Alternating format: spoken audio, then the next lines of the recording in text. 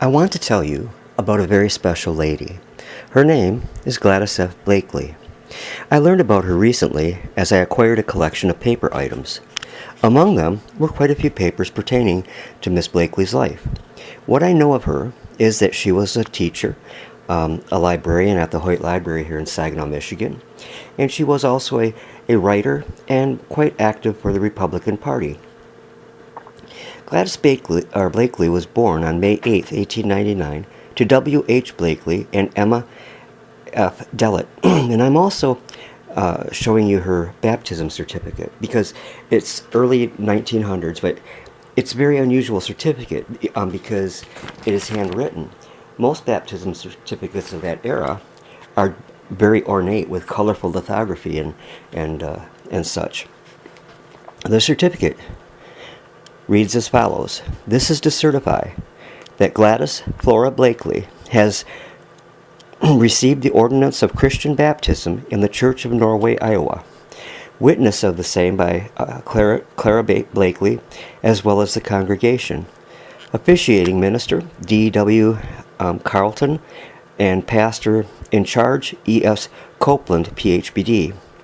As I show you the following images of Miss Blakely, I will also read some of the handwritten work of hers that is in this collection. This first piece is called A Writer's Rest, and it was written on December 2nd, 1924. When you're sitting in your study bravely trying to write a book and your brain is all muddle in every little nook, when you're puzzling and praying for some wonderful big hint to further your ambition to make a great big hit, when the clock keeps on ticking time away, and your poor old brain is giddy, gathering thoughts so far away, then isn't it almost heaven to just let go and dream of your wonderful ideas which come just now and then? Next is a very short piece called Success, and again it's from December 2nd, 1924. Success is not money you gain by your art. Success is not praise from every known part. Success is but doing, no matter how small, the best you know how in any old call. As I said, short, but very true. And next is a humorous, very humorous short story called Safety First, and it was written also in 1924. I love this piece because it shows so much about the humor of that particular time. And the story goes, a young man went to a department store to purchase a pair of gloves for his fiancée. At the next counter, a young lady was purchasing some underwear for herself. By some mistake, the packages became mixed and the young man got the underwear, and without explaining further, he sent the package to his fiancée with the following note inside. In the accompanying package, you will find a little gift which I hope you will accept in place of the ones skipped. It would give me great pleasure to be with you when you receive them. The saleslady suggested a number of things before putting them on. Now I wish no other hands would touch them, yet I know a hundred other fellows will gaze upon them when I'm not at your side. I trust they will fit. If they're too large, you can let them wrinkle down, as so many girls wear them that way today. And the next time we meet, I wish to see how they fit, and if you have any trouble buttoning, wait until I come, and I will do it for you. You can wear them for 10 days without cleaning them, as they are of a very good quality. Always blow in them before putting them on. It would be a good idea to do so. It would be a good idea to put mothballs in them to keep the flies out. Do not take them off on the streetcar or in the car, as the skin chafes very easily in this weather. Don't make this mistake. It's, as I said, a cute little story. You can almost picture the young woman when she receives the underwear and gets a note like that. Okay, next is another short verse called Do You Love Me, from February 16th, 1928. Do you love me, honey? Well, sure I do. Will you kiss me, honey? I'm not afraid. Are you cold, honey? Almost freezed. Want my coat, honey? No, just the sleeves. And then there's this untitled piece, again from February 1928. Oh, why should the spirit of mortal be proud? Like a swift-flying meteor, a fast-flying cloud, a flash of lightning, a break of the waves, he passeth from life to rest in the grave. And then, from February 1928 again, another short verse called Kissing. When love is new, kisses are long, and words are few. When love is dying, kisses are short, and wounds are many. Then another cute little short story, from February 1928, which is called The Apple Pie. A little boy asked the preacher why he swore so much, and the preacher denied swearing, but he couldn't convince the boy that he didn't swear during sermons. So he said, "My little man, I will tell my wife to bake some very good apple pie, and you must come to church and sit in the very front seat. If I swear during the sermon, I shall give you the apple pie." When Sunday came, the little boy was seen in the front row, and the preacher began the sermon, and while preaching he said, "By God we live, and by God we die," and he stopped. Then after the pause, the little boy looked up and said, "By God, I get my apple pie." And I suppose he did. Humor was unusual back then, it would appear, from a couple of the pieces I've read, and the one that I'm going to read right now is humorous, but it's called The Baby's Bath, and it too is from February 1928, and it goes, "Articles needed: water, tub, pan scraper, 2 chisels, and an axe. Use good soap, as it is cheaper to buy good soap than new babies, and it takes less time. Soapologists are now working on a combination soap that floats, keeps that schoolgirl complexion, prevents babies from shrinking, cures the mange, and has peppermint flavor. They claim it contains an alkaline solution of potassium salts, but it's all lies. Bath the baby 52 times a year, and if you think that's too much, bathe him once a week.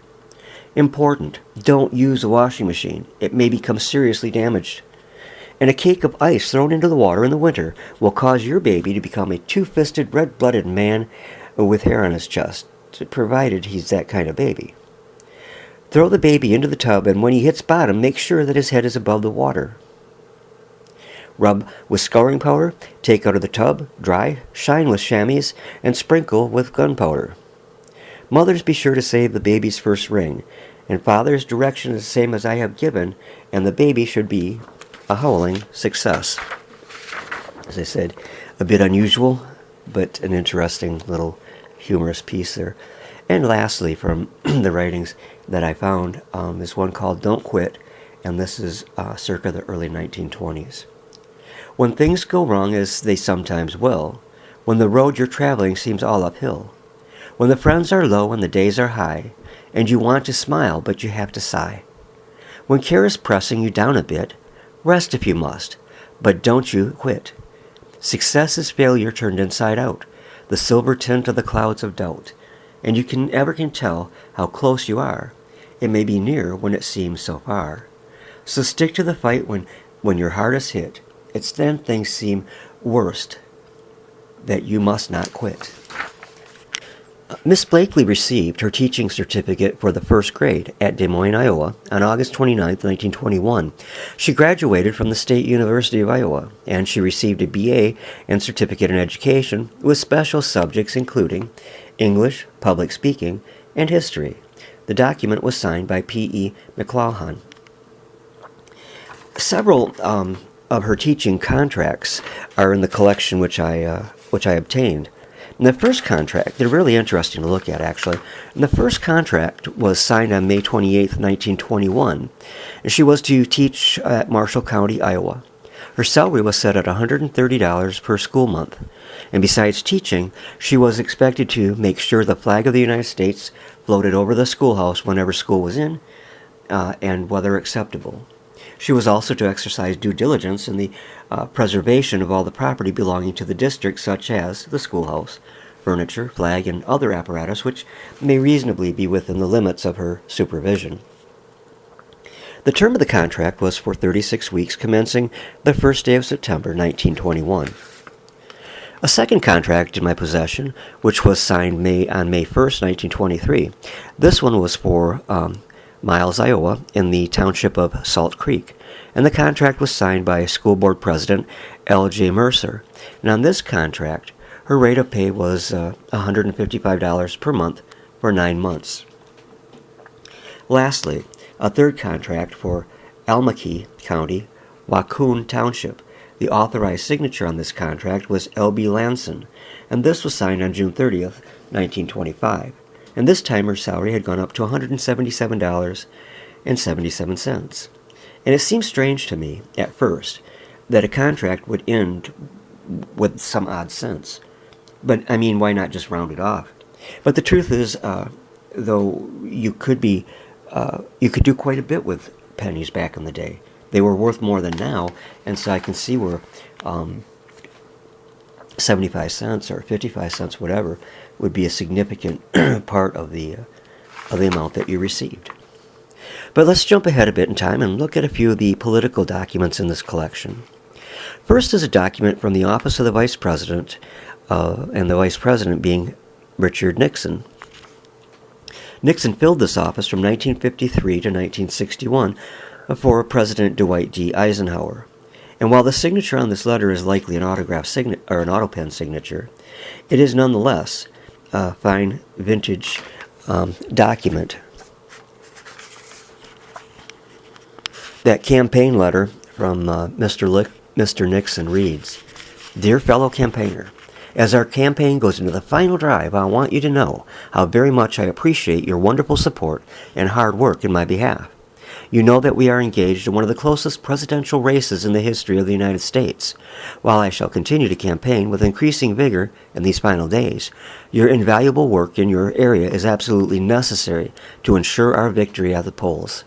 I ask that you redouble your efforts in the days remaining, and I urge that you continue to contact as many persons as possible to bring them to the polls determined to cast their vote with us. Hard campaigning lies ahead, and Election Day must be the climax of the most vigorous campaign we have ever waged together. With appreciation and my warm regards, Richard Nixon."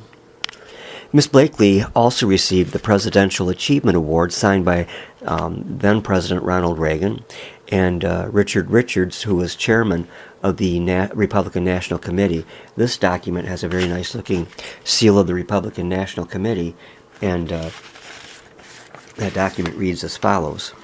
"The Presidential Achievement Award is given to that special select group of individuals who recognize that great battles are never won by those who support a cause for the moment, but by those who unswervingly stand firm in support of the Republican cause of limited government, a stronger America, and individual liberty.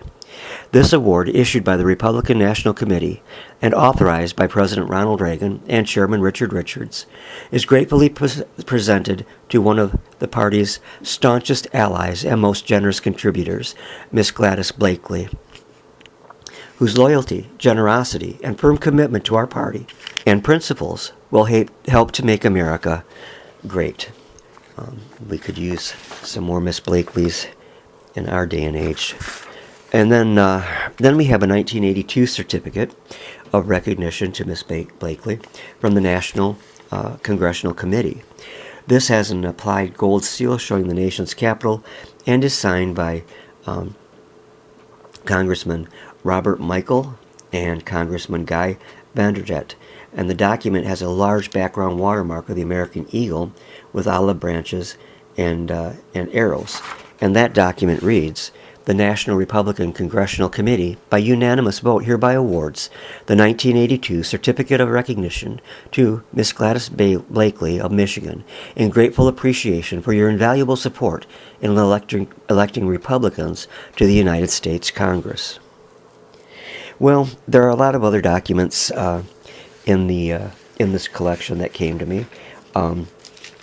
These are the not necessarily the most interesting, but these are the ones that I can read. Many of the older handwritten papers have faded, and I need to work on to restore them to a point where I can read them. Thanks for taking the time. Have a great evening.